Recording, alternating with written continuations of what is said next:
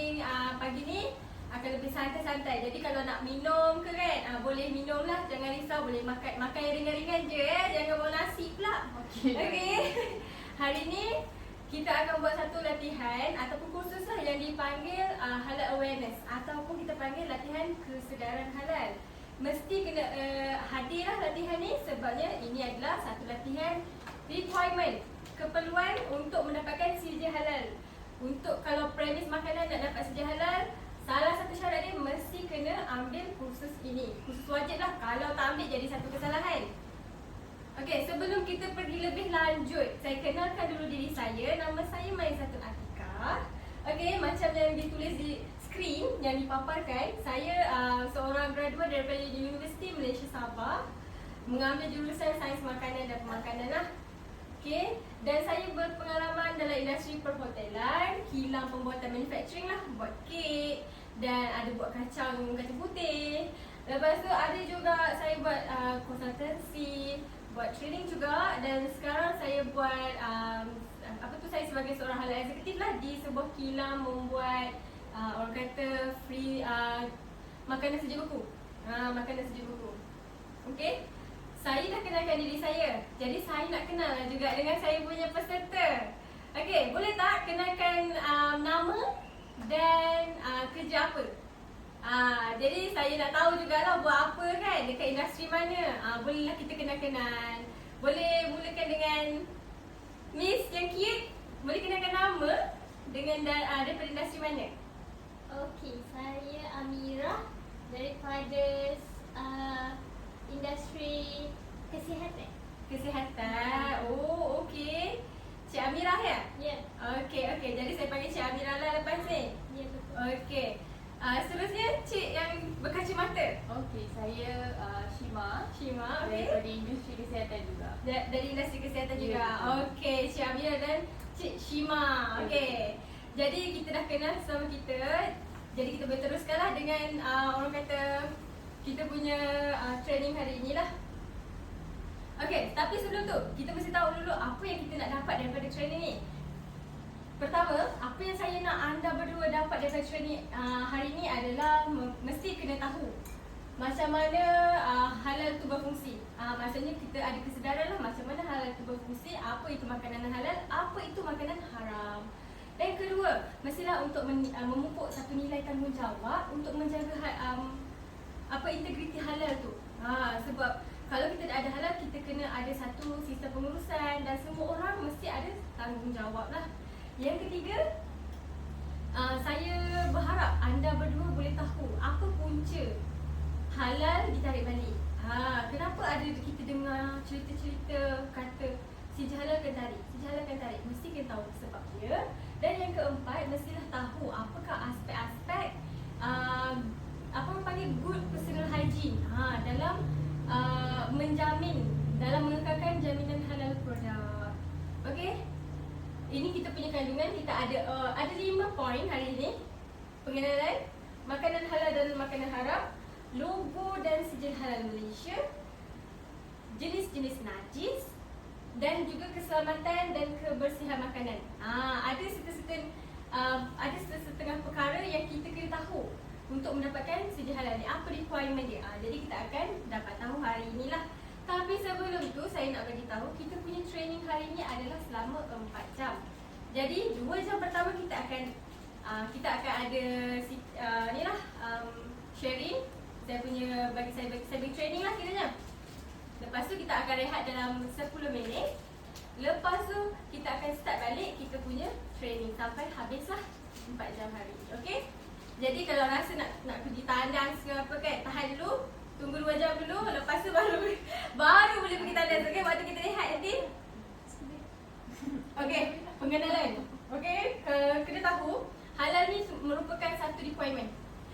Requirement apa? Kita merujuk kepada prosedur manual. Kita ada satu manual atau 2 manual macam tu yang dinamakan sebagai Persijilan Halal Malaysia, di mana dalam manual tu menyatakan pihak pengurusan syarikat, iaitu premis makanan. Okey, sekarang kita fokus pada premis makanan lah. Premis makanan wajib menghantar pekerja pergi kursus latihan, kursus kesedaran halal. Mana-mana kilang, mana-mana syarikat yang mengambil sijil halal, yang mengambil persijilan halal, wajib menghantar pekerja mereka ambil kursus latihan kesedaran halal. Ini untuk kalau pekerja-pekerja biasa, pekerja-pekerja mesti basic wajib ini, halal awareness. Kalau syarikat tu ada satu komiti halal. Dalam komiti halal tu dia ada pengurusi, dia ada admin, dia ada halal eksekutif, dia ada purchasing. Okey, yang itu pula syarikat kena hantar komiti tu pergi satu lagi training, iaitu dinamakan sebagai kompetensi halal. Dalam kompetensi halal tu dia lebih detail. Macam mana nak apply halal, apa yang diperlukan, macam mana nak buat manual. Okey, dalam training tu akan diajar. Tapi untuk kursus hari ini hanyalah orang kata kita belajar basic ke untuk pengetahuan semua orang kena tahu. Muslim atau bukan Muslim kena wajib. Ada orang tanya saya punya customer tanya, diorang kan non Muslim tanya, pekerja non Muslim wajib ke pergi kursus ni? Wajib. Dia macam kursus food handler training. Food handler training dia wajib. Muslim ke tak Muslim ke, Melayu ke, Cina ke, India ke, lelaki ke perempuan, wajib pergi. Dah nama je pekerja pengendali makanan, wajib. Sekarang ni kalau ada kilang makanan yang ambil sijil halal, dia ada dua lah benda yang wajib, khusus yang kena wajib ambil. Khusus pengendali makanan dengan khusus kesedaran halal. Itu yang wajib, yang mesti ambil. Kalau dia tak ambil, salah, dapat NCR. Kena pergi training baru dapat sijil halal. Kalau tak pergi, tak ada kursus, tak ada sijil halal tu tak dapat lagi. Hold dulu. Okey? Dan kedua, kursus kesedaran halal ni sebenarnya adalah untuk memupuk kesedaran dan pengetahuan. Kalau untuk kita sebagai orang Islam, untuk meningkatkan pengetahuan mengenai makanan halal, makanan haram, syubhah, thayyib, kan? Tapi kalau untuk pekerja non-Muslim, untuk memberikan satu pengetahuan baru kepada mereka, apa itu makanan halal, apa itu makanan haram. Orang selalu kata, ada halal. Apa maksud halal? Apa maksud haram? Orang tak tahu. Even kita sekarang pun, kalau dengan situasi sekarang, kita tengok banyak kedai makan viral, banyak orang Islam kita pergi. Persoalan dia, halal atau tidak? Halal atau tidak? Itu yang kita kena fikir. Sebelum kita masuk makan kedai tu, kena fikir dulu, halal atau haram. Bukan kata haram lah, ada halal atau tak lah. Kalau tak ada halal, macam mana kita yakin boleh masuk? Walaupun kita nampak ada pekerja Islam kat dalam tu. Ya, memang betul pekerja Islam salah satu syarat untuk dapat sijil halal. Tapi adakah kedai makan itu dipersijilkan halal? Itu persoalan yang kita kena sentiasa fikir bila kita nak masuk kedai makan yang baru-baru ni, yang tak tahu kesahihan halal dia tu. Okey? Seterusnya, kita bukan main cakap je makanan halal, makanan haram, tapi kita ada satu ayat Quran, bukan satu, banyak. Tapi saya ambil salah satu sahaja daripada ayat Al-Quran yang mengatakan ini adalah perintah Allah untuk kita sebagai umatnya, sebagai manusia, untuk makan makanan yang halal dan baik, iaitu daripada surah Al-Baqarah ayat 168 yang berbunyi, ya ayyuhan nasu kulu mimma fil ardi halalan thayyiban wa la tattabi'u khututin syaitan innahu lakum aduwwun mubin, yang bermaksud, wahai manusia, makanlah sebahagian makanan di bumi yang halal lagi baik, dan janganlah mengikuti langkah-langkah syaitan. Sesungguhnya ia bagimu merupakan musuh yang nyata. Dalam Al-Quran sendiri dah menyatakan kita ni sebagai manusia. Okey, wahai manusia, ini merupakan satu perintah.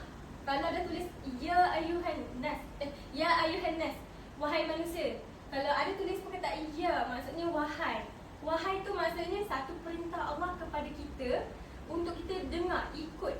Dia bukan satu kata-kata biasa. Ini merupakan satu perintah, satu arahan untuk kita sebagai manusia untuk makan makanan yang halal, baik. Dia ada dua, halal dan baik, bukan halal sahaja. Dia ada dua kriteria, halal dan baik. Okey, kalau dalam bahasa Arab dia halalan thayyiban. Itu kita kena tahu, bukan halal saja tapi halalan thayyiban, halal thayyib. Okey, jadi kita masuk pada section 2, iaitu makanan halal dan makanan itu makanan halal, apa itu makanan haram.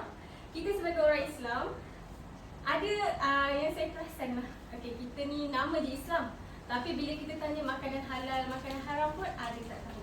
Sebab tu kalau saya tengok macam dalam media-media sosial sekarang, pergi makan dekat kedai-kedai tepi jalan yang penjualnya bukan Islam. Yakin je kamu untuk makan. Okay, tanpa ada fikir, tanpa ada memikirkan kesan. Makan makanan yang kita pun tak tahu sumber dia halal atau haram. Sebab peniaga dia non-Muslim. Sebab tu, kenapa kalau kita pergi kedai makan, tak kisahlah owner dia non-Muslim, tapi mesti kena ada pekerja dia yang Muslim. Terutama bahagian production. Kalau kilang, bahagian production. Kalau kedai makan, bahagian kitchen. Bukan service crew, tapi kitchen. Sebab kitchen tu yang orang kata makanan itu dihasilkan. Kalau service crew, dia tukang hidang saja. Bagi menu, hantar makan. Dia tak kritikal, tapi tukang masak yang kritikal. Okey, itu syarat minimum untuk dapat kerja halal. Mesti kena ada pekerja Muslim minimum 2 orang. Itu pun tengok pada kapasiti kitchen tu, kilang tu, berapa ramai pekerja dia. Kalau staff dia ada 30 orang, takkan 2 orang je pekerja Muslim, tak logik lah. Macam mana 2 orang nak lawan 28 orang yang bukan Muslim untuk praktis Muslim? Adakah efektif? Tak efektif lah pada saya. Okey, jadi kita akan pergi. Apa itu makanan halal? Makanan halal adalah makanan yang dibenarkan mengikut hukum syarak. Hukum syarak ni apa? Kita panggil dalam Islam, panggil undang-undang Islam lah, hukum syarak. Tapi kita panggil hukum syarak. Kalau saya bercakap dengan non-Muslim, saya akan cakap hukum syarak ni adalah undang-undang Islam. Kalau kita cakap syarak, orang pun tak faham. Jadi kita kena explain lah hukum syarak tu apa, undang-undang Islam. Okay, makanan halal adalah makanan yang dibenarkan. Okay, dibenarkan makan. Okay, maksud halal, macam tadi saya cakap, perkara yang dibenarkan dalam Islam. Kalau halal biasalah, kalau makanan halal, makanan yang dibenarkan makan. Toyiban maksud dia apa? Baik, suci, bersih, berkhasiat untuk tubuh badan kita. Okay, halal dan toyiban, apa pula maksud dia? Kita gabungkan maksud halal dan juga maksud toyiban, iaitu makanan yang dibenarkan makan mengikut undang-undang Islam ataupun hukum syarak. Makanan yang baik, suci, bersih dan berkhasiat. Tapi sekarang ni kita susahlah nak jumpa makanan yang halal dan toyiban. Kebalikannya, halal sahaja. Toyiban tu tak jumpa. Jaranglah nak jumpa. Contoh macam kek kita beli. Brand-brand yang kat luar sana kan. Makanan tu kita tengok ada logo halal. Dia halal tapi dia tak semestinya toyib. Sebab adakah kek itu memberikan kesihatan, memberikan satu impak baik pada badan kita? Tak juga, sebab dia manis, dia ada gula, dia ada margarin, dia ada susu, dia ada creamer. Jadi adakah itu baik untuk kesihatan? Tidak. Dia halal saja, tapi dia tak adalah nak kata toyib sangat. Jadi kita kalau kita kat rumah, kita cuba dapatkan makanan halal dan toyiban kita, sebab kita sendiri yang buat makanan tu kan. Jadi kita cuba dapatkanlah sebaik mungkin. Ciri-ciri makanan halal, ini beberapa sahajalah. Ada lagi sebenarnya. Ciri-ciri makanan halal, pertama, dia tidak mengandungi bahagian tubuh badan binatang dan juga hasilnya yang dilarang dalam Islam. Yang dilarang dalam Islam ada beberapa sahaja, sedikit sahaja. Jadi yang sedikit ni tak boleh ada dalam makanan. Hasilan dia ke, sikit daripada dia, kulit ke, bulu roma ke, tak boleh. Betul, ada. Okey.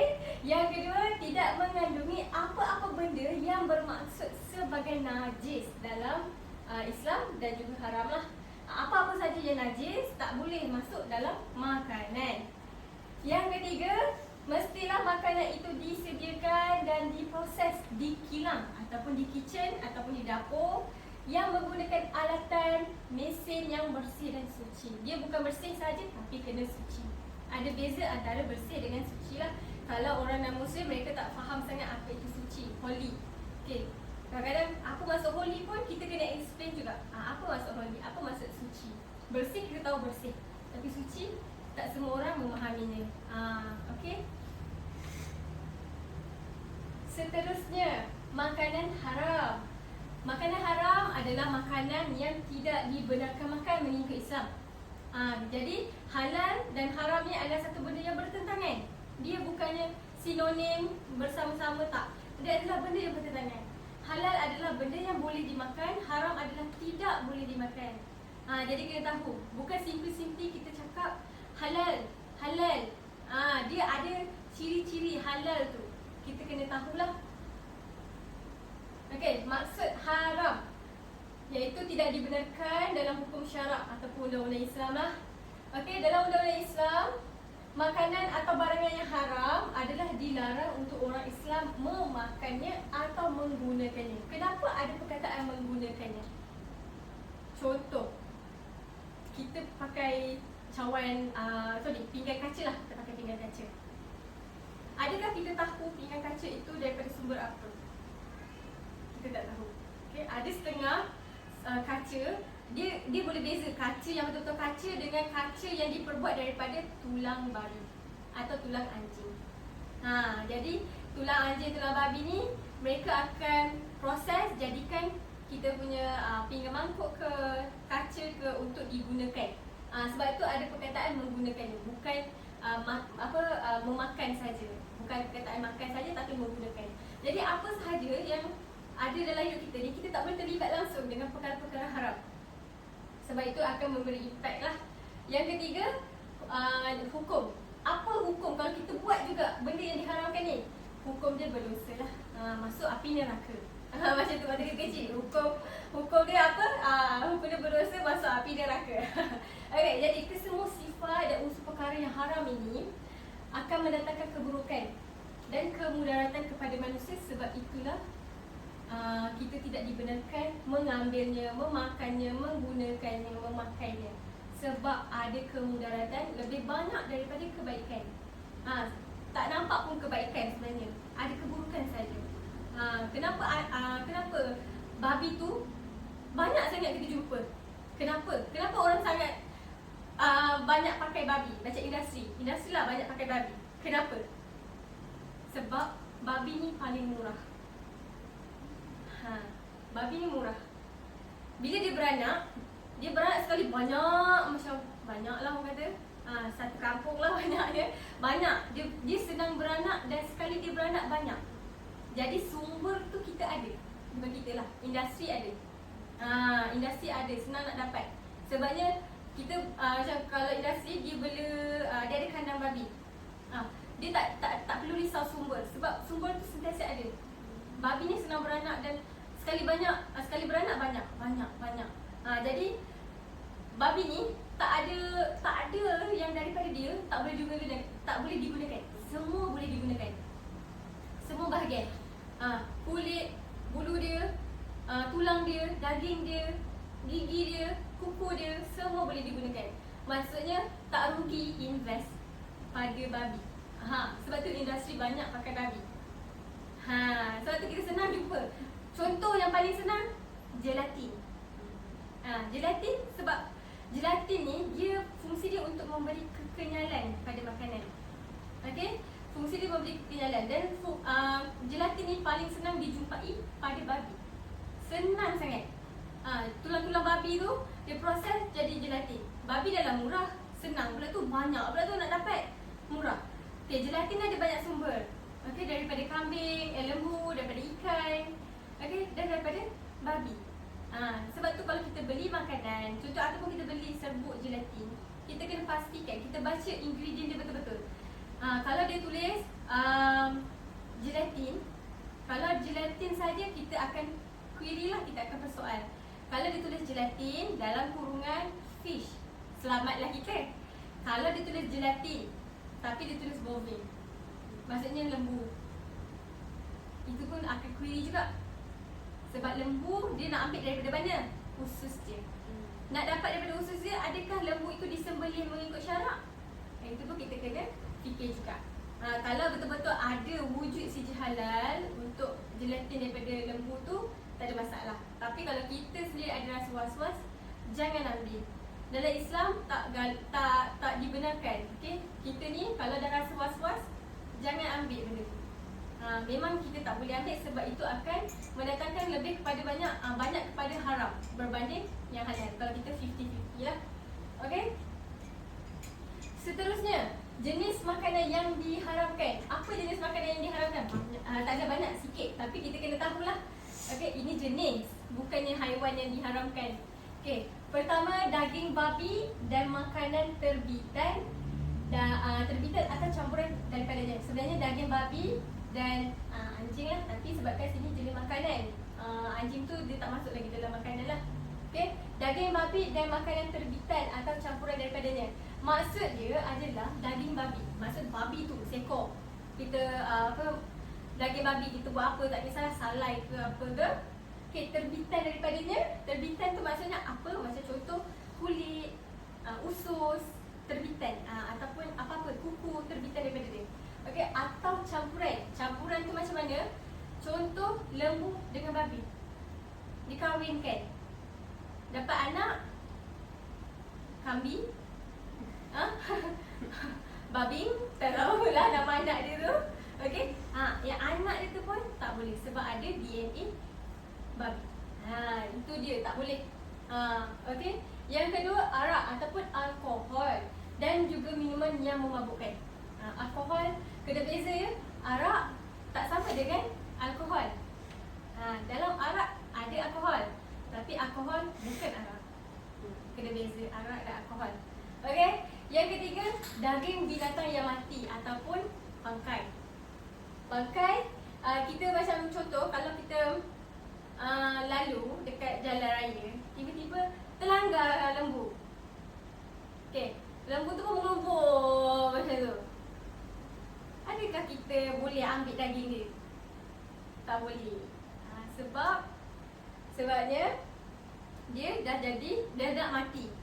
Okey, dia nak mati. Tapi boleh sebenarnya kalau dia dah mengelubur, kita cepat-cepat ambil pisau sembelih.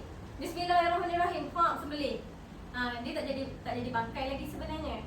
Sebab dia masih ada nyawa lagi. Yang tak boleh tu bila dia dah mati. Sebenarnya tapi kita tak adalah dah langgar nak ambil dia ambil daging dia pula, sembelih pula kan. Kita pun tak sampai hati tengok dia menderita macam tu kan. Okey, bangkai memang tak boleh. Okey, yang keempat, daging binatang sembelihan yang menyebut selain dari nama Allah. Okey, macam contoh ayam, itik, angsa, lembu, kambing, kerbau, semua tu dibolehkan, diharuskan makan. Tapi dia akan jadi haram jika dia disembelih bukan dengan nama Allah. Itu dia konsep dia lah. Sebenarnya sebab semua makanan dalam dunia ni adalah diharuskan kecuali yang dinyatakan haram dimakan. Okey. Yang keempat, darah. Darah. Ni bidang kesihatan. Mesti selalu jumpa darah. Ada tak pernah bila macam terluka ke kan? Terluka macam tu. Siapa yang buat? Tak ada. Okey, sebenarnya itu habit tu memanglah orang dulu kata luka macam tu kan, isap kan? Sebenarnya tak boleh. Kira kita dah makan darah lah. Kenapa tak boleh makan darah? Boleh bagi tahu kenapa? Janganlah spesifik sangat. General je. Infection lah. Infection, betul. Betul, infection sebab dalam darah ada bakteria yang kita pun tak tahu. Kan? Apa daripada mana, berbahaya dia tu level macam mana. Lagi orang kata level yang boleh sampai bahaya sampai merangkut nyawa ke ataupun macam mana, kita tak tahu. Jadi sebab tu darah ni sangat-sangat orang kata kritikal lah. Dalam Islam kritikal. Contoh kalau kita makan ayam goreng. Kita makan ayam goreng, tiba-tiba ada bahagian darah beku. Jangan makan. So itu dah kira darah beku lah. Dah kira darah tapi cuma dia beku sebab dia dah digoreng bersama. Memanglah kalau ada setengah orang tu dia makan je semua darah kotor pun dia makan. Padahalnya tak boleh sebenarnya. Memanglah mungkin dia makan tu mungkin sebab rasa sedap rasanya. Sebab tu dia makan. Sama lah juga dengan kisah Raja Bersiung.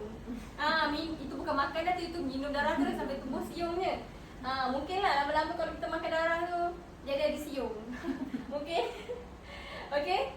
Yang seterusnya, haiwan dua alam yang boleh hidup di darat dan di air. Contoh katak. Tapi ada orang makan katak. Kat mana? Siapa?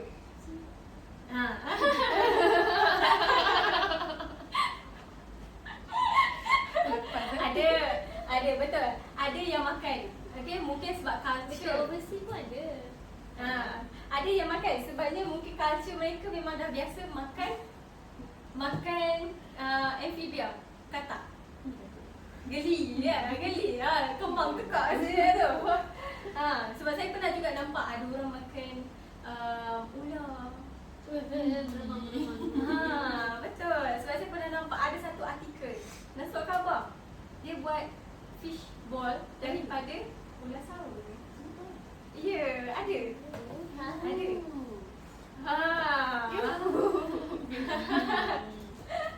Ada. So tu kalau macam saya dah berada dalam industri makanan. Bila saya nak makan tu saya jadi ada benda yang kalau saya was-was saya terus kembang tekak dia. Sebab dah dalam industri makanan. Kita kadang-kadang dah baca artikel itu ini. Jadi kita rasa dia macam efek pada kita punya mindset. Bila dia beri macam efek lah pada mindset ni, susah sikit nak pilih makanan. So macam rasa prefer makan makanan yang kita biasa makan. Ataupun bila orang ramai macam dah confirm, oh makanan ni betul, dia macam ni. Okay, tak ada apa. Dia just macam shaping dia macam pelik-pelik sikit. Okay lah, boleh lah makan. Ada juga waktu saya belajar dulu, saya punya ada satu subjek macam pasal industri makanan lah. Industri makanan dekat luar negara lah. Saya tak sure dekat Jepun ke dekat mana. Dia kedai makan. Tapi dia serve makanan tu dalam bentuk yang sangat menggelikan, iaitu makanan tu dia shape, dibentukkan makanan tu bentuk tahi. Ya, betul. Nampak kat TikTok. Ya, ada. Betul. Dulu waktu saya belajar dulu, lecturer saya dah tunjuk. Mungkin sekarang baru nak naik balik kot. Lepas tu dia serve makanan tu yang bentuk tahi tu dalam pinggan yang berbentuk jamban. Oh, tu pernah dah nampak. Dalam ada serve kan makanan tu bentuk tahi dalam jamban. Memang sebiji macam yang real punya. Tapi orang makan. Orang still datang makan. Kita dah geli dah kembang tekak ya. Tengok warna dia sebiji. Macam macam najis tu. Mana diorang ada perasaan nak makan? Mungkin sebab viral ataupun memang benda tu kat sana macam benda tu tak ada apa Biasa. sangat. Mungkin benda tu tak ada apa sangat. Kembang tekak. Tengok pun nak kembang. Sebab dia macam-macam bentuk tahi tu dibuat. Najis tu dia berbentukkan macam-macam. Memang yang macam real punya. Warna coklat tu macam-macam warna, macam-macam tona. Yang pekat, yang cair ada.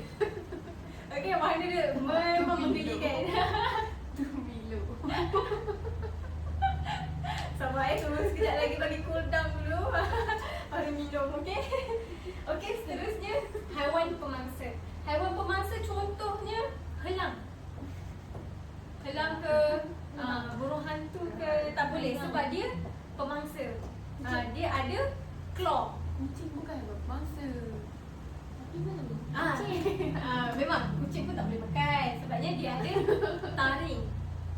Dia ada taring. Itu pemangsa. Memburu. Dia memburu. Memburu tikus. Okey lah. Benar. Dia memburu. Okey, dia memburu betul. Dia memburu. Tapi kita dibenarkan untuk membela. Okey, haiwan pemangsa selain daripada haiwan pemangsa, apa lagi yang tak boleh? Harimau. Harimau? Harimau tu masuk haiwan pemangsa lah kan? Lagi? Contoh gagak, burung gagak. Burung gagak kenapa? Sebab dia makan sampah, kotor. Dia pun dulu tempat-tempat yang seram-seram, musuh-musuh kan? Kelawar. Kelawar lah. Ya, kelawar. Okey, betul. Okey. Kelawar. Jadi ini antara makanan yang tak dibenarkan makan lah. Ada kenapa? Ada sebab kenapa lah. Kenapa tak boleh makan? Macam contoh macam darah. Kenapa kita tak boleh makan? Sebabnya dia ada bakteria, virus dalam tu yang membawa benda-benda kotor yang kita tak tahu. Sebab tu kalau orang perempuan period keluar darah. Lepas tu kita nak makan darah. Memang tak makan. Macam tu. Jangan. Okay, konsep dia macam tu lah. Memang ada yang makan yang makan darah. Okay,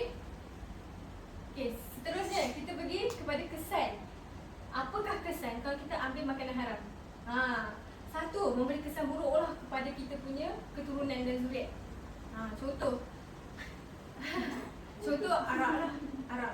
Kalau makan minum waktu pregnant, memang arak ni kalau dekat orang yang non-Muslim kan, kalau diorang memang minum arak. Tapi bila pregnant diorang akan avoid sebabnya dia akan memberi satu implikasi kepada kandungan.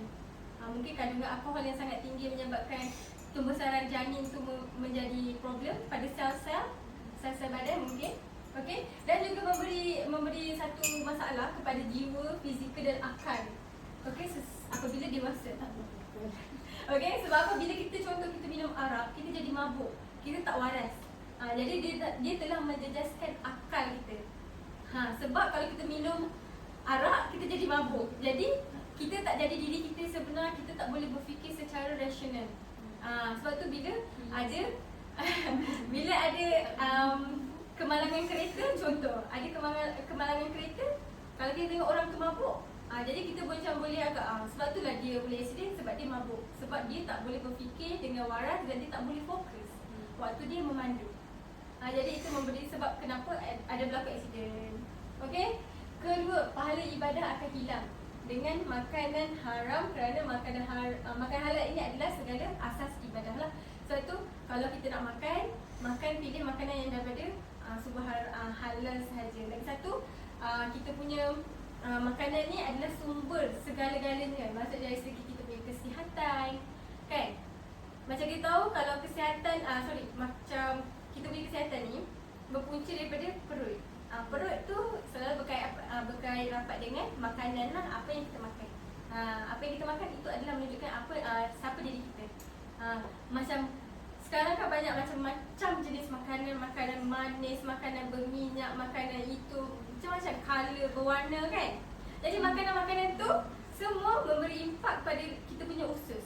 Usus kita akan jadi rosak. Dia tak boleh terima banyak sangat input baru yang orang kata fake. Makanan yang banyak sangat artificial. Sepatutnya kita makan makanan yang daripada sumber yang organik ataupun sumber yang natural. Tapi bila kita makan banyak sangat colouring ataupun kita banyak sangat flavoring, pewarna, perasa, kan? Jadi usus kita ni dia akan jadi, dia biasanya twist, macam tu. Jadi bila dia dah twist, dia punya setting, that's why bila kita makan, muka kita mungkin nampak macam tak berseri. Tahu tak? Sebab tu bila orang kata you nak kurus, kurangkan gula, cut terus gula, contoh kan, cut terus makanan berminyak. Bila you cut sebulan, cut gula, cut minyak sebulan, you akan nampak muka you lebih berseri-seri, badan you lebih bertenaga. Sebab kita dah cut semua makanan-makanan yang orang kata memberi kesan tak baik pada kita punya perut. Bila perut kita sihat, badan kita pun lebih sihat. Sebab kita punya immunity badan dalam perut kita. Sebab tu bila kita sakit ke apa ke, kita tengok balik apa yang kita makan. Mungkin terlalu banyak sangat makanan manis, bergula, ataupun terlalu banyak makanan yang berminyak. Jadi dia memberi impak pada kita punya kesihatan. Okey? Dan makanan-makanan baik ni memberi, orang kata memberi bantuan lah kepada kita untuk kita menjalankan ibadah kita, untuk kita lebih fokus. Kalau kita tengah belajar, nak mengingat, jadi kita tak boleh makan sebarang-sebarang. Waktu kita belajar dulu, nak SPM dulu, tak boleh, banyak sangat pantang larang. Tak boleh makan jeruk, tak boleh makan apa orang kata Maggi. Maggi tak boleh lagi, tak boleh makan apa lagi kalau waktu belajar dulu. Organ dalaman, Maggi kari, Maggi tom yum, Nak SP. Maggi goreng, Nak SP. Maggi asam laksa. okey, Satu jenama dia tu Maggi. Maggi ataupun okey, Maggi tak boleh. Jadi organ dalaman haiwan pun tak boleh makan waktu nak SPM. Bukan SPM je sebenarnya, lebih daripada tu pun. Organ dalaman pun sebenarnya dia tak, hati tak boleh pakai. Jadi sebenarnya benda tu akan memberi impact lah pada kita punya fokus. Kalau kita tengah belajar, kita tak boleh nak, orang kata fokus, tak boleh, susah sangat nak mengingat. Sebab kita mungkin ada makanan-makanan yang menyebabkan kita ni susah nak mengingat. Macam tu. Sebab tu waktu kita belajar dulu, memang mak bapak kita memang tak bagi kita makan benda-benda yang orang kata, benda-benda macam ni lah, orang kata pantang, tak boleh makan. Okey, seterusnya, kesan mengambil makanan haram adalah membahayai kesihatan. Contoh kalau kita minum arak,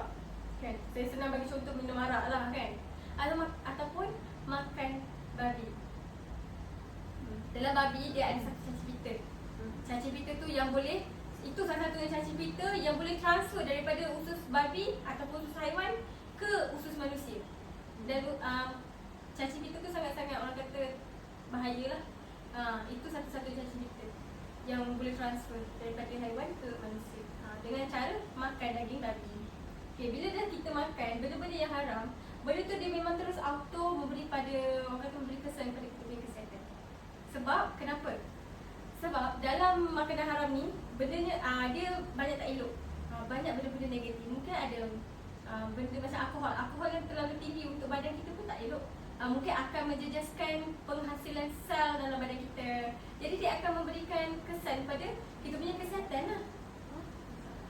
Merosakkan hati, betul. Jadi sebab tu hati, bila kita tengok orang yang kerap minum arak, kan, dia mesti akan ada masalah pada kesihatan dia. Mungkin luaran kita tak nampak, tapi dalaman macam perut dia ke hati dia kan ada problem. Dah orang kata makin lama makin rosak sebabnya terlalu kerap minum arak. Okey, yang keempat, makanan haram ni akan menyebabkan terhalangnya kita punya doa ni untuk dimakbulkan. Sebagai orang Islam, kita yakin doa itu adalah satu senjata mukmin. Doa itu adalah senjata mukmin. Okey, jadi kita ni sebagai orang Islam memang sangat-sangat digalakkan dan disuruh untuk berdoa, untuk meminta apa saja kepada Tuhan kita. Tapi bila kita dah makan benda haram, adakah Tuhan nak makbulkan doa kita? Mestilah Tuhan tak nak. Tuhan pun kata, aku dah bagi tahu apa yang tak boleh, tapi kau tak makan, lepas tu kau nak minta dekat aku. Dia jadi macam itulah lebih kurang. Sebab tu tak boleh makan makanan haram lah. Sebabnya kita ni tak boleh nak minta, sebabnya kita pun tak ikut apa yang Tuhan suruh. Tuhan kata jangan makan, kita pergi makan. Tapi lepas tu kita nak minta kat Tuhan, ya Allah Tuhanku, bagilah aku ni, aku kaya, bagilah aku kaya. Macam mana Tuhan nak bagi kaya? Kita pun makan yang makanan yang dia tak bagi. Macam tu. Okey. Yang kelima, menimbulkan permusuhan dan juga kebencian. Ini biasalah. Contoh selalunya kita nampak orang mabuk. Orang mabuk kaki botol mesti akan bergaduh. Kalau siapa yang suka tengok cerita drama Korea ke kan, tengah-tengah mabuk, dia bergaduh. Macam itulah konsep dia. Sebab dia waktu dia mabuk dia tak sedar. Dia tak boleh berfikir dengan waras. Dia tak boleh berfikir secara rasional. Apa yang dia cakap tu apa dia. Kadang-kadang kita tengok orang mabuk, dia tak sedar pun apa yang dia buat malam tu. Sedar-sedar, aku dekat rumah dah fikir balik apa jadi malam tadi. Macam ni, jadi macam ni. Aku dah cakap benda tak baik lah dekat orang tu. Sebab dia tak boleh ingat apa yang dah berlaku, apa yang dah terjadi malam tadi lepas dia minum arak banyak-banyak sampai dia mabuk tu. Okey? Apakah hubungan makanan halal dengan individu Muslim? Lebih kurang macam tadi punya tajuk. Tapi ini kita nak bagi tahu lah apa relationship. Kenapa kita ni orang Islam kena makan makanan halal. Okey, pertama, orang kata kalau kita makan makanan halal ni, dia memberi satu ketenangan. Kita tak ada risau.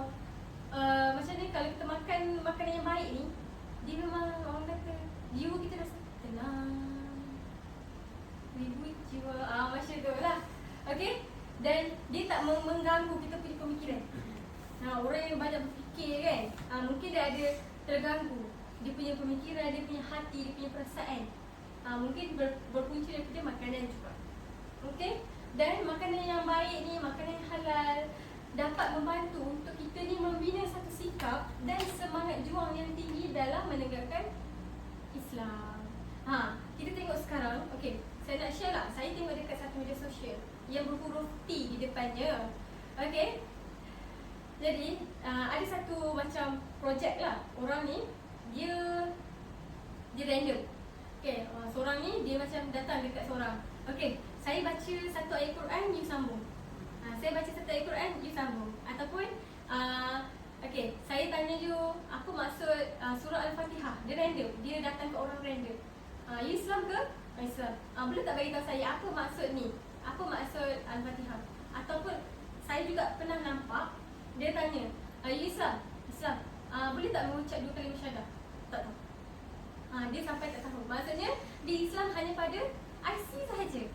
atas kertas sahaja, tapi dia sendiri bukan praktis, dia tak praktis Islam. Sama juga dengan ini. Kalau dia makan makanan yang baik, dia akan rasa semangat Islam dalam diri dia untuk menegakkan Islam tu lagi tinggi, lagi kuat. Sebabnya Islam ni patutnya dalam diri kita, bukan atas kertas saja. Jadi bila orang petikai kita punya agama, mesti kita akan marah.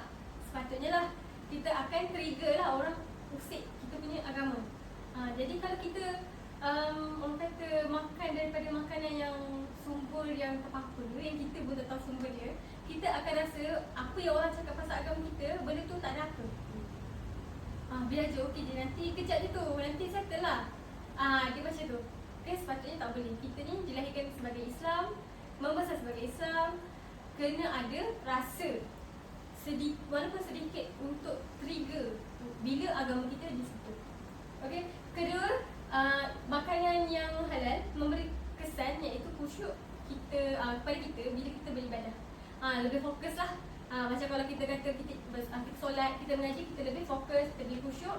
Kalau kita belajar, kita lagi senang untuk menerima ilmu pengetahuan dan fikiran kita tak mudah terganggu dengan perkara-perkara negatif. Perkara-perkara negatif ni banyak sekali. Contohlah kalau kita tengah solat kan, baru angkat takbir, Allahu Akbar, baru fikir, tiba-tiba masuk, alamak, borang last tadi aku tak isi lah. Tiba-tiba masuk lagi, alamak, ini tak bagi tobos lagi ni pasal benda ni. Dia time tu lah, waktu tu lah, syaitan tu pandai dia masuk dekat dalam fikiran kita untuk macam-macam fikir. Dan waktu tu juga, kalau contoh kita ambil wuduk, alamak nak kentut, time tu lah nak kentut. Time tak ada wuduk, tak ada kentut. Time ambil wuduk, sibuk nak kentut. Kan? Selalu macam tu. Dan juga makanan halal ni memberikan kesan kepada kesihatan tubuh badan. Bila kita makan benda yang baik, makanan yang halal, confirm insyaAllah selalunya dia memberikan orang kata kesihatan yang memberikan kita ni kesihatan yang lebih baik. Sebab makanan halal adalah makanan yang baik. Sebab tu ada hikmah kenapa makanan halal ni kita boleh makan dan makanan haram ni tak boleh makan. Ada sebab dia.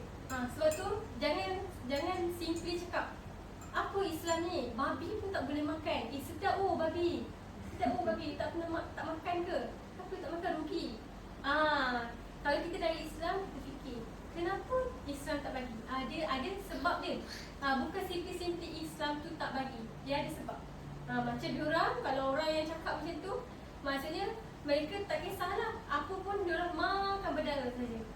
Macam tu, okey? Okey, seterusnya kita masuk kepada isu-isu halal. Maksudnya bukan isu halal je lah, isu halal dan haram yang ada dekat Malaysia. Ini sikit sajalah. Okey, kalau ada yang lain, kita mungkin boleh share sama-sama. Okey. Yang pertama, penamaan. Naming lah, bahasa Inggeris naming. Makanan halal dengan nama-nama yang haram atau seakan-akannya. Nama yang lebih kurang. Okey.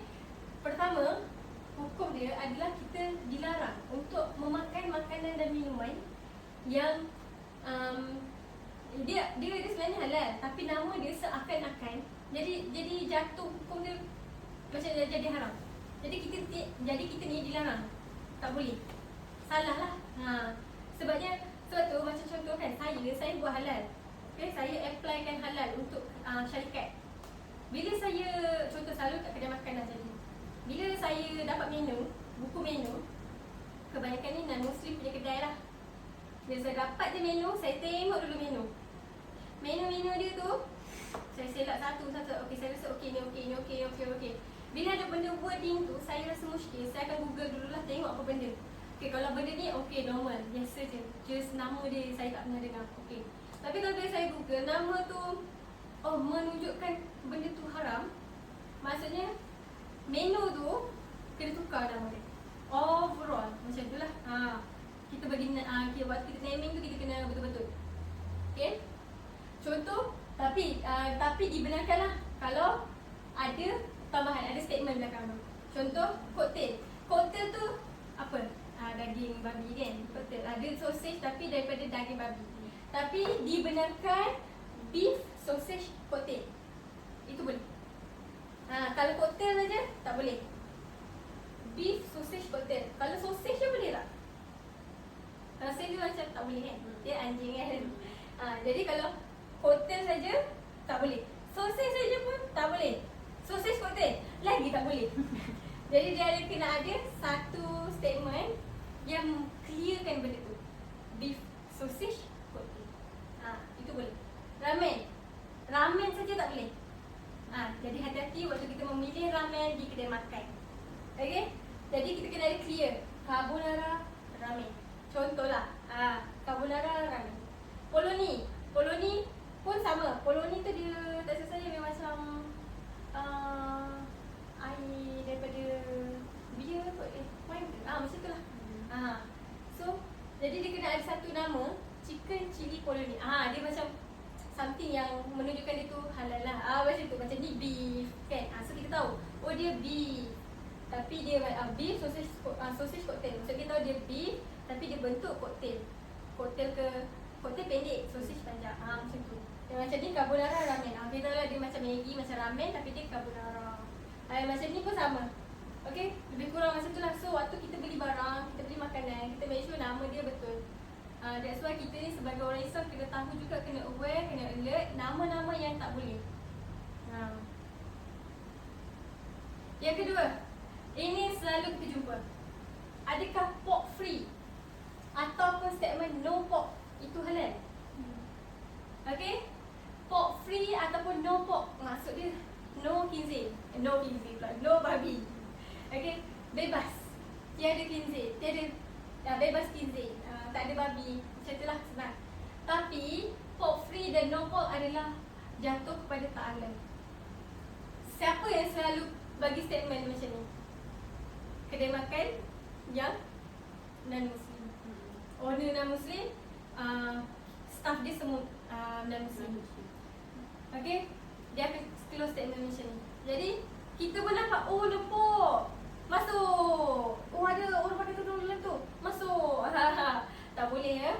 Sebenarnya no pork tak boleh makan, tak halal. Okay, statement dia kenapa? Walaupun tak ada babi ataupun khinzir lah, okay, tapi penggunaan bahan lain, ingredient lain, okay, yang bercampur, yang kita risau dia bercampur dengan benda haram.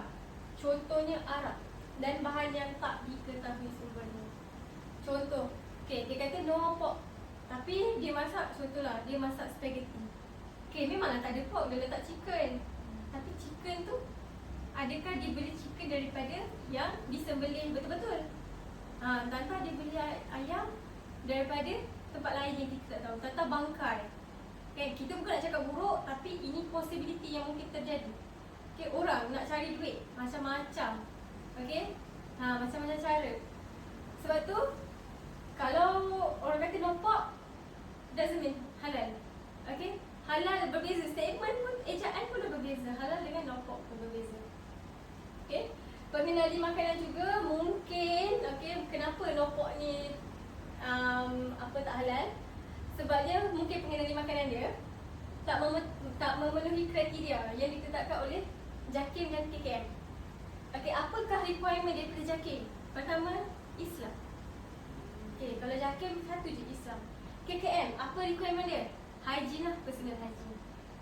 Okay, jadi so waktu ini saya share, waktu saya kerja dekat satu kilang lama saya, kilang sebelum ni lah.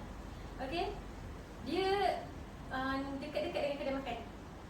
Okay, jadi saya punya tempat kerja, saya nak pergi store ke, saya nak pergi saya punya department lain-lain, saya akan lalu ikut shop belakang kedai. Okay, bukan lalu depan kedai sebab dia shop lot. Dia bukan kilang yang satu biji kilang, tak, dia shop lot. Jadi antara saya nak pergi saya punya department lain tu,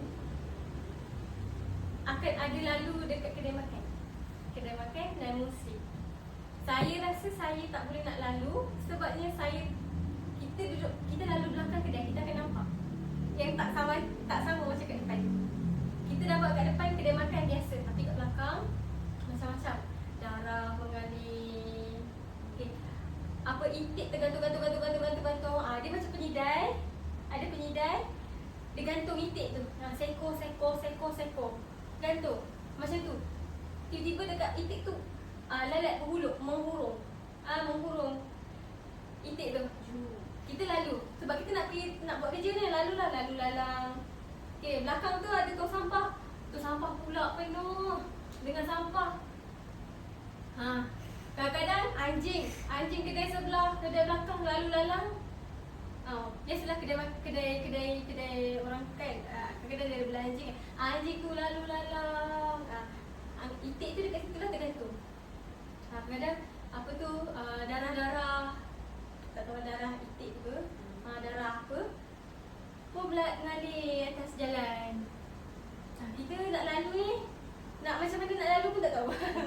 Nak lalu, nak langkah, nak lompat, tak ada jalan dah, penuh darah atas jalan. Kita kat belakang, bila kita lalu belakang kan kita nampak.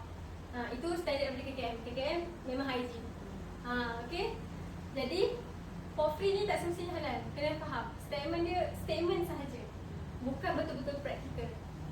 Okay, kita nak halal ni bukan atas kertas, bukan atas sijil, tapi dia betul-betul praktis. Okay. Seterusnya, adakah no alkohol itu halal? Sama konsep dia macam no pork tadi. Okay, sama juga no alkohol ni. Okay, selalunya dibuat oleh pengusaha premis makanan dan statement ini adalah meragukan, confuse. Okay, dalam halal, perkara yang meragukan tak boleh, salah. Dia kena ya atau tidak, boleh atau tidak, halal atau haram. Dia tak boleh macam tu betul. Tak boleh. Dalam Islam dia memang ada dua, halal dan haram. Dia antara halal dan haram ada satu perkara yang dipanggil syubhat, meragukan. Meragukan ini, apabila ada benda meragukan, kita sebagai Islam hendaklah abaikan dia, menjauhinya, kerana risau kita ni termasuk kepada perkara yang mengharamkan. Okay, sebab tu bila perkara meragukan kita kena avoid, tak boleh.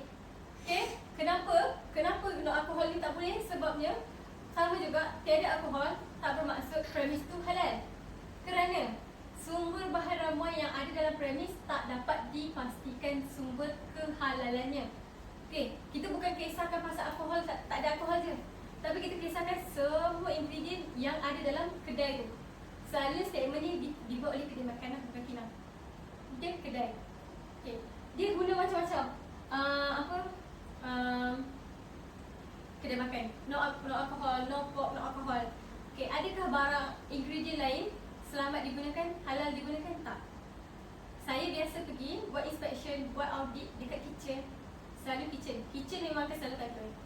Kita pergi datang kitchen, kita pick random, ambil je barang, tengok ada tak logo halal. Oh, tak ada logo halal, salah dah. Barang tu tak ada logo halal, salah dah. Yang kedua, kita tengok pula kalau dia ada logo halal, tengok ingredient dia, sedaran ingredient dia. Tiba-tiba ada pula alkohol. Alkohol pula kita tengok berapa peratus dia.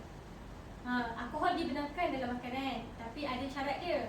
Tak boleh lebih daripada 1% volume per volume. Kalau lebih, salah. Okay, macam contoh alkohol, macam contoh saya ada satu customer, dia buat macam arak, dia buat arak lah. Alkohol level dia 17% sampai ke 30%. Tinggi tu, memang minum boleh mabuk tu. Kita dah Islam 1% je paling tinggi. Itu pun alkohol yang ada tu bukanlah dengan cara buat alkohol untuk arak. Alkohol tu memang betul-betul buat alkohol tu. Macam contoh contoh alkohol yang dalam sanitizer. Metanol metanol. Okey. Okey, metanol alkohol. Tapi dibolehkan digunakan di premis makanan untuk sanitizing. Sebabnya proses buat metanol tak sama untuk buat arak. Alkohol untuk arak tak silap saya etanol. Etanol kot rasanya. Okey. Untuk buat alkohol arak untuk dengan alkohol biasa tak sama. Jadi proses sama dengan cuka. Cuka apple ke? Apple cider. Macam itulah kan? Cuka apple lah kan? Itu pun sama. Dia ada level dia yang boleh diterima. Jakim ada level-level dia. Dan statement ada keluar statement lah.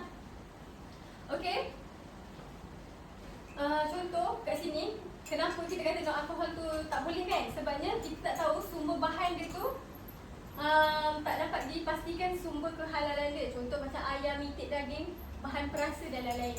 Ayam, itik, daging kita tahu kenapa. Sebabnya kita tak tahu sumber dia. Sembelih dia macam mana, dia beli dekat supplier apa.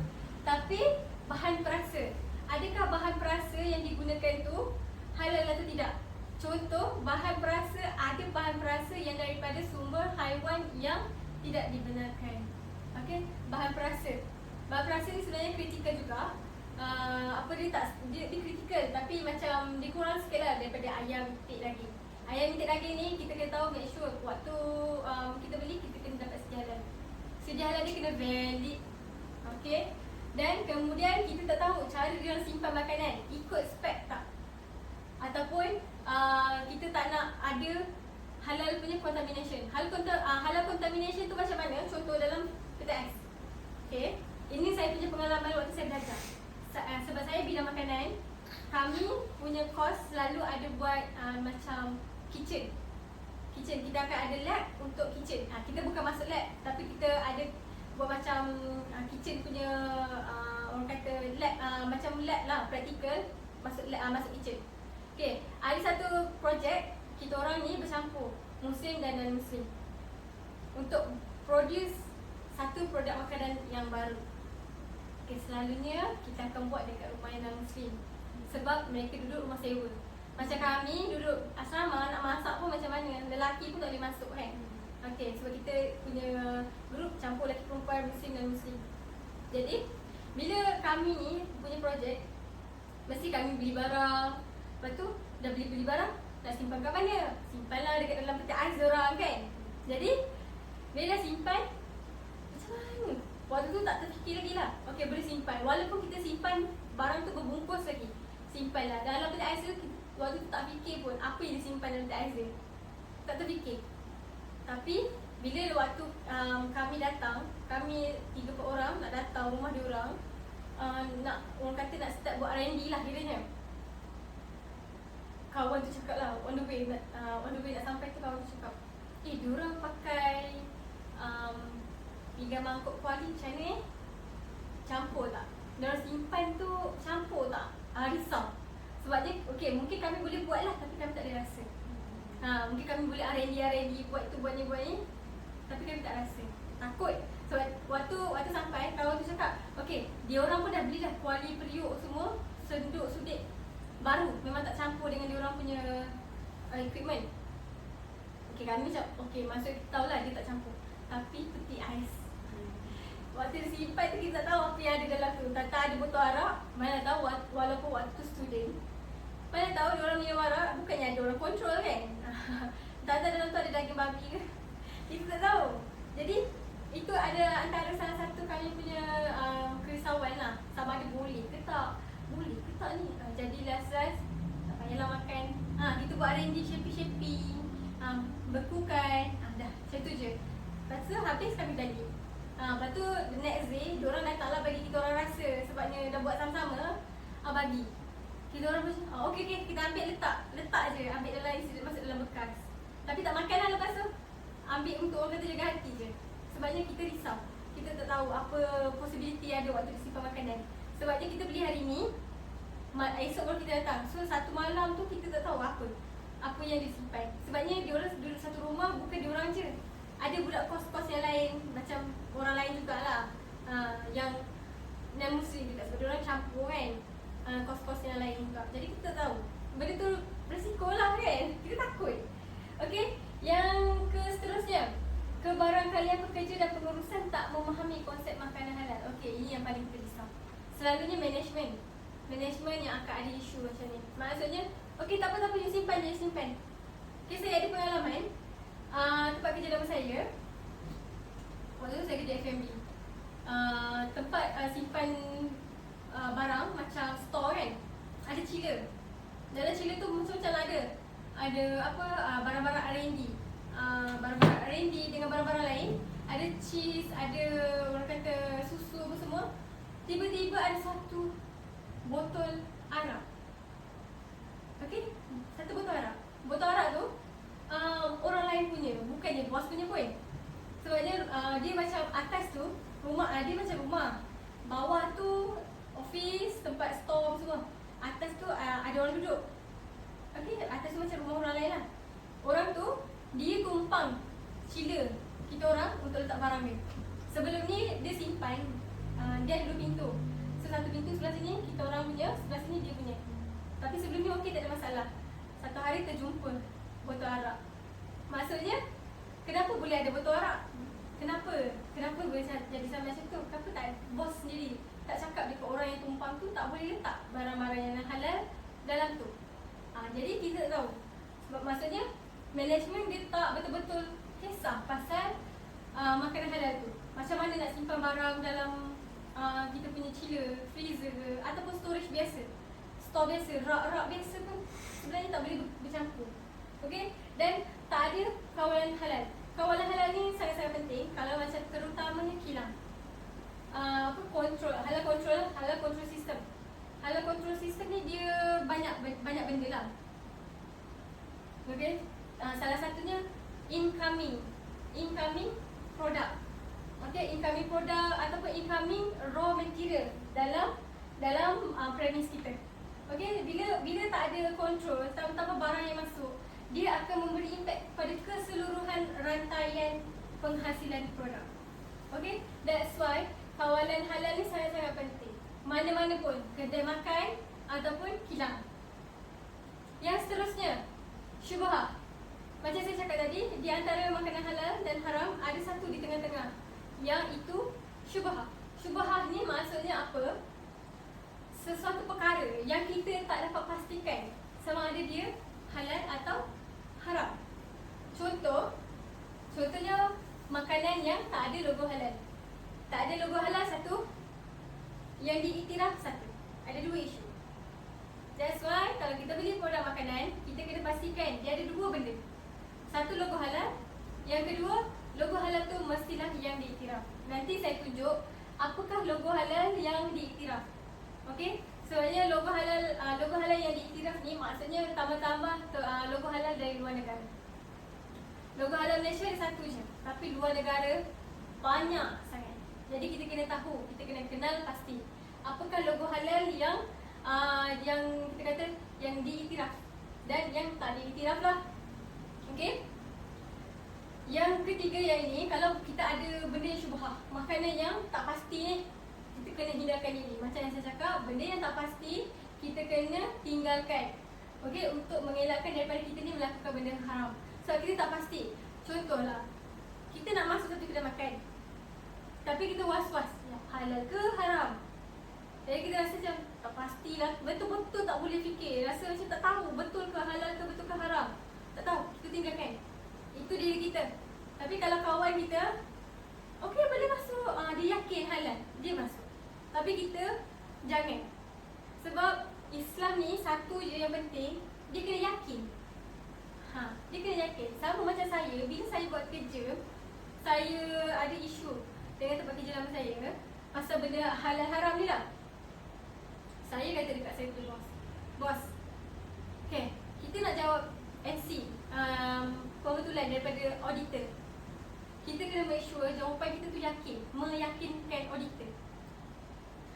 Kalau saya sebagai pekerja Islam dalam kilang sendiri, saya sendiri tak yakin, macam mana auditor boleh yakin? Sebab yang nak yakin kat auditor tu saya. Okay? Kalau saya sendiri tak yakin, macam mana saya nak yakin ke orang? Contohlah, kita ni nak suruh orang beli produk kita, tapi kita sendiri was-was dengan produk kita. Ada tak orang nak beli dengan kita? Tak ada. Sebabnya kita sendiri pun tak yakin. Orang pun tak yakinlah dengan kita. Sama juga dengan halal haram ni. Bila auditor datang, okay, waktu dia buat audit, kalau dia rasa benda tu meragukan, dia akan terus bagi NC, kesalahan, non-conformance. Bila dia rasa muskil, dia rasa meragukan, memang dia akan terus NC atau dia terus query, kenapa you buat macam ni? Kalau jawapan kita yang kita bagi tu pun meragukan, memang NC. Kalau kita boleh bagi satu jawapan yang meyakinkan dia, okay, fine. Maksudnya kita sebagai orang yang praktis dalam tu yakin tak ada masalah. Okay? Sebab tu bila ada perkara syubhah memang kena tinggalkan sebab kita tak pasti. Kita ni kalau tak pasti janganlah ambil.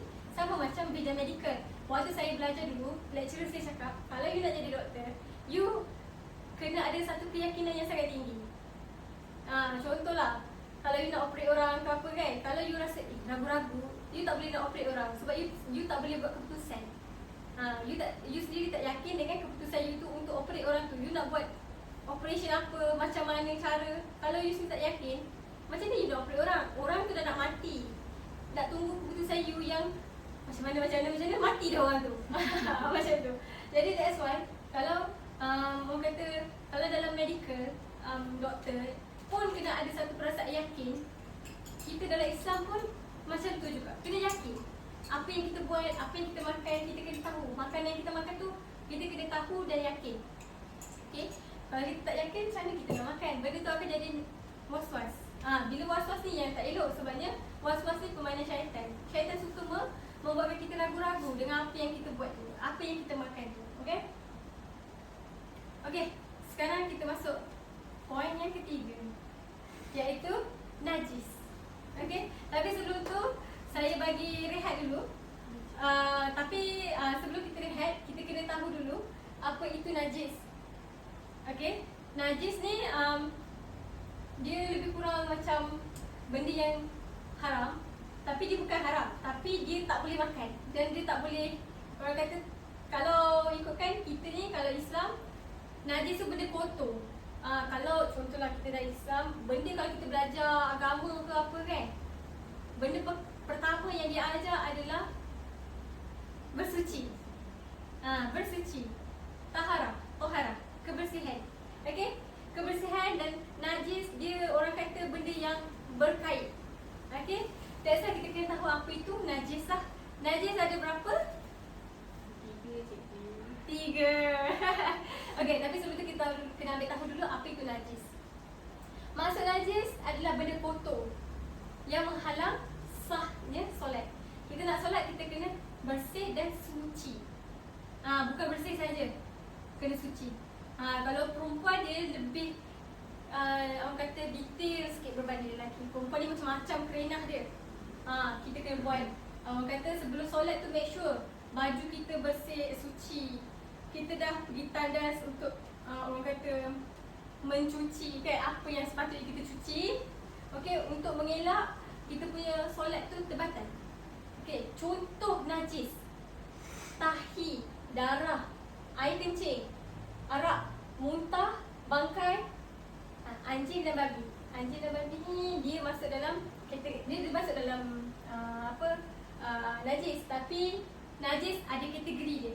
Jadi kita kena tahu lah anjing dengan babi ni kategori apa. Okay, contoh macam tahi, darah, bangkai tu dalam najis apa. Okay, dadah najis ke tak? Dadah Tak ada ubat tak? Okay, dadah sebenarnya masuk dalam najis juga. Bukan dadah yang ubat. Oh, dadah yang addicted tu. Penagih dadah tu. Dadah yang diguna untuk menagih tu. Yang digunakan untuk menagih kan. Itu termasuk dalam najis. Tapi kalau ubat, sebab ubat dalam bahasa Inggeris kan drugs. Itu ubat itu dengan ada orang kata ada level-level dia. Ada dosage dia. Kalau dadah tu selagi boleh kita orang kata hidunglah, hisaplah apalah kan. Tapi kalau ubat kita ada level-level yang dibenarkan dan ada monitoring lah. Doktor akan pastikan banyak ni je dia makan. Dia tak boleh lebih. Okay, tapi kalau macam dadah tu dadah yang penagih dadah tu dia tak okay, macam ketum kan. Ketum tu dah lah boleh bercucuk tanam sendiri kan. Boleh buat sendiri, jadi ladang sendiri. Okay, najis juga tak boleh dimakan oleh orang Islam sebab najis ni kotor. Okay, dia adalah kotor, lepas tu dia menghalang sahnya solat. Okay, seterusnya jenis najis. Tadi saya tanya najis ada berapa jenis kan. Jadi najis ni ada 3 jenis: mukhaffafah, mutawassitah, mughalazah. Ada 3 jenis najis. Najis ringan, pertengahan dengan berat. Okay, dulu waktu saya sekolah, saya susah nak ingat jenis najis ni. Siapa yang senang ingat jenis najis ni? Saya dulu sebenarnya senang. Abang mualazah. Senang. Okey. Senang. Sebab Tengok kan. okay, najis ni. So waktu saya dulu memang susah nak ingat nama dia. Yang mana? Yang mukhafafah ke yang pertengahan? Dia macam confusing. Tapi dah besar ni dah selalu sebut kan. Pandailah. Kan? Okay, najis ringan satu je. Satu benda je. Iaitu najis bayi kanak-kanak lelaki yang berusia 2 tahun ke bawah yang hanya meminum susu ibunya sahaja. Bukan makan minum susu luar. Bukan susu formula, tak. Hanya susu ibu sahaja. Kenapa kanak-kanak lelaki? Bukan kanak-kanak perempuan. Kenapa? Dia ada related dengan medical sikit. Sebab sunat. Bukan. Baby 2 tahun ke bawah tak ada sunat lagi. Ada yang tak sunat. Okey. Ada kajian saintifik mengatakan bahawa saluran kencing budak lelaki yang bawah 2 tahun ni lebih pendek daripada perempuan. Tapi memang sampai terbesar lah. Kira saluran. Oh, saluran kencing. Saluran kencing. Sebab makin panjang saluran kencing, makin banyak bakteria dapat dibawa keluar. Makin, kalau pendek, sikit je lah kan. Jadi that's why bayi lelaki bawah 2 tahun yang menyusui ibunya. Maksudnya ibunya sahajalah susu ibu dia. Susu badan ibu je. Sebab bila dia kencing tu dah najis kan. Tapi yang ni dia jadi najis ringan. Mukhafafah. Okay. Cara nak basuh dia macam mana? Tapi ingat. Okay, cara nak basuh dia.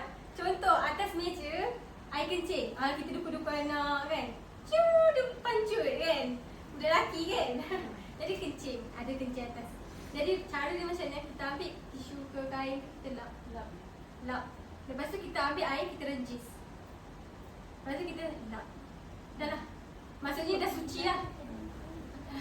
Jadi maksudnya itu dah suci dah. Tapi kebiasaan kita akan cuci betul-betul, ambil kain, basahkan, lap betul-betul kan. Macam tu. Tapi itu cara yang dalam Islam lah, cara untuk membersihkan najis ringan mukhafafah. Yang kedua, najis pertengahan iaitu najis mutawasitah. Dia punya keadaan dia tak berada di mukhafafah dan dia tak berada di mughalazah. Mughalazah ni najis berat. 2 je. Anjing dan babi. Dua je. Anjing dan babi. Atau sebarang objek yang keluar daripada anjing dan babi. Atau keturunan daripada anjing dan babi. Atau terbitan daripada anjing dan babi. Asal anjing dan babi tak boleh. Asal anjing dan babi je memang najis berat lah tu. Mughalazah. Macam anjing babi tadi. Sama. Okey. Jadi mutawasitah tu selain daripada mukhafafah dan mughalazah semua kat sini. Dia dekat sini. Dia tidak berada di dalam kategori najis ringan dan najis berat. Contoh darah, dadah, arak, bangkai, nanah dan sebagainya. Jadi kerja-kerja medical selalulah kena najis kan? Mesti selalu kena. Selalu diludah. Selalu kita kencing. Kencing kena kahak. Itu semua najis. Memang tu najis lah tu. Najis tu. Okey. Cara nak basuh dia? Orang-orang. Fashion tu sampai. Sampah je. Basuh je dah tersampah je tu. Sental je. Okey, kita basuh. Pertama contohlah ada darah. Biasa kerja medical mungkin ada darah dekat baju, dekat lab coat, dekat scrub kan. Ada darah atau kat sini ada darah. Jadi cara kita nak basuh, pertama kita kena tonyo sental dulu. Guna air sampai hilang 3 kriteria. Bau. Warna, rasa. Rasa apa tu? Rasa ada Rasa. Bukan rasa kat ikan Nona. Okey. Saya sesukan dia rasa. Betul. Kita kena tonyo sental sampai hilang 3 benda iaitu warna, bau dan rasa. Okey. Kalau dia ada contoh macam kopi, kita dah tonyo, tiba-tiba dia warna kuning-kuning lagi. Itu tak kira bersih lagi, tak kira suci. Dia kena sampai hilang. Contoh lah, ini sensitif sikit. Haid, bocor, kan? Cara basuh dia macam mana? Kita kena hilangkan dulu ada darah tu. Lepas tu baru boleh basuh dengan sabun macam biasa. Okey, itu cara basuh najis pertengahan. Yang ketiga, najis berat. Yang macam saya cakap tadi, anjing dan babi. Asal anjing dan babi, tak kisahlah apa benda pun, itu najis berat. Anjing dan babi tak kisah dia punya keturunan. Anak beranak pinak ataupun dia punya dikahwinkan pun tak boleh. Tak kisahlah, anjing kahwin dengan kucing jadi cat dog, babi kahwin dengan kambing jadi kambing, apa tu tak kisahlah. Okey, dua ni asalkan ada dua ni memang tak boleh. Betul. Lembu, kulit babi. Besar. Lembu, babi.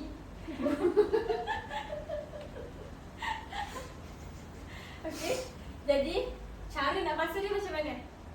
Tanah. Okey, nama basuh dia apa? Sama. Sertu. Sertu sama pula.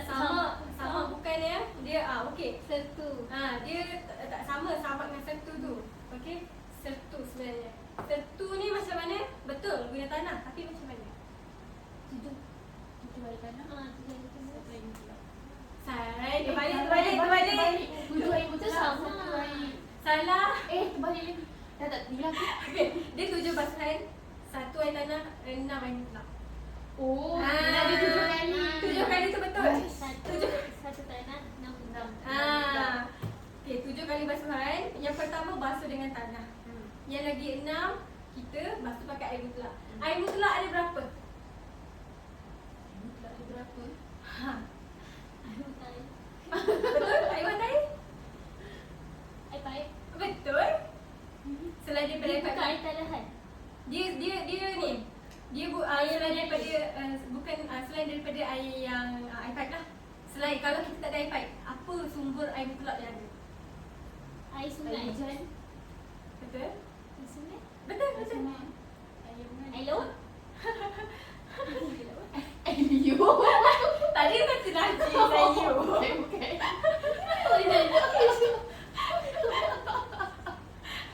Dah kata dah. Semua dia boleh dia tak makan. Betul. Memang betul cakap cik berdua memang betul. Cuma tak cukup lah. Betul. Tapi betul. Okey? 99 lah. Okey? Benda tu betul. Cuma dia tak cukup je. Tak lengkap. Kalau kata kita minta senaraikan 7, boleh senaraikan 5 je kan? Macam tu lah. Okey? Tapi betul. Kita kena basuh guna air mutlak. Okey. Saya pernah terjadi, saya share lah pengalaman saya waktu kerja kat tempat lama. Okey? Apabila terjadi, di kedai, ada customer masuk. Customer tu terpijak tai anjing. Tai anjing najis. Najis apa? Mohon nazar. Pandai nanya mualazah sebab pandai. Sebab dia najis berat. Okey, dia najis berat. Okey. Jadi najis tu dia sifat dia basah. Maksudnya anjing tu berberak, orang pijak, bawa masuk kedai. Dasar. Ya. Dapat tali. Dia pijak, dia jalan, dia pusing satu kedai. Satu kedai dia pusing. Udahlah bau. Jadi Aku tak perasan. Dia bijak. dia pijak, dia perasan lah. Tapi dia tak macam orang Tak kata tahu tu. kan lah. Dia kena sama. Okey, jadi dia pusing satu kedai, masuk kedai sebelum pusing, beli barang, dia keluar. Lepas tu pekerja check lah, apa sel busuk? Dia check ada tai anjing. Sebab mungkin waktu tu memang kat situ memang tak ada kucing, memang ada anjing. So memang diorang dapat tahulah itu memang najis anjing. Jadi cara dia dah satu kedai kena, macam mana dia nak buat? Macam dia nak serta? Cara dia, okay, ini saya praktis lah. Okay, kita beli satu sabun tanah ataupun debu untuk tayamum. Okay, mana kalau nak cari tanah liat untuk buat sertu kan? Jadi kita belilah sabun. Jadi kita bubuh satu dalam satu kita bubuh air dalam satu baldi, lepas tu bubuh sabun sabun tanah tu, pecah-pecahkan kacau-kacau air tu sampai air tu bertukar jadi warna tanah. Okey. Dia punya warna tu dah berubah. Jadi Mula-mula kita akan bersihkan dululah, buang dulu tai tu pakai sapu penyapu. Lepas tu kita jirus lantai tu. Sebab satu kedai ni, jirus lantai dengan penyapu dengan pengaut sekali kita basuh. Sebabnya waktu tu management tak nak bagi jadi penyapu baru. Jadi terpaksa nak sertu juga penyapu tu. Okey? Jadi kita sertu. Kita basuh dulu lantai basuhan pertama dengan air tanah. Okey, dah habis dah basuhan yang pertama. Lagi 6, takkan kita nak ambil baldi jiru 6 kali satu kedai. Tak boleh. Kita ambil paip, kita bilas macam tu je. Itu memang dah mencukupi daripada mencukupi 6 kali bilasan air lah. Itu kalau benda kecil ya kita kata 6 lah, 6 kali. Tapi kalau dah tempat besar, kita pakai air paip, kita alirkan saja sampai hilang tanah tu. Kenapa kita nak sertu pakai tanah? Tahu tak kenapa? Kenapa kita kena sertu pakai tanah? Oh, maksudnya sebab mana sudah bertanah, membersihkan najis, mughalazah, membersihkan tanah. Okey, jawapan yang interesting. Sebab kita tayamum kan pakai debu. Bersuci. Tayamum tu nak macam nak wudu.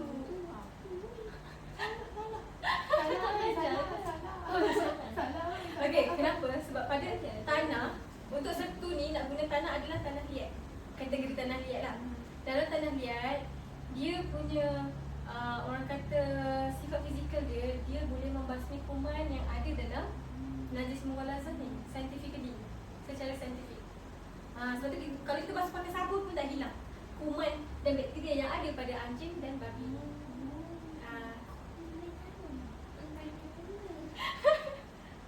Okey, sebab tu kita pakai air tanah. Tanah daripada tanah liat tu apa maksudnya orang kata karakteristik tanah tu sendiri.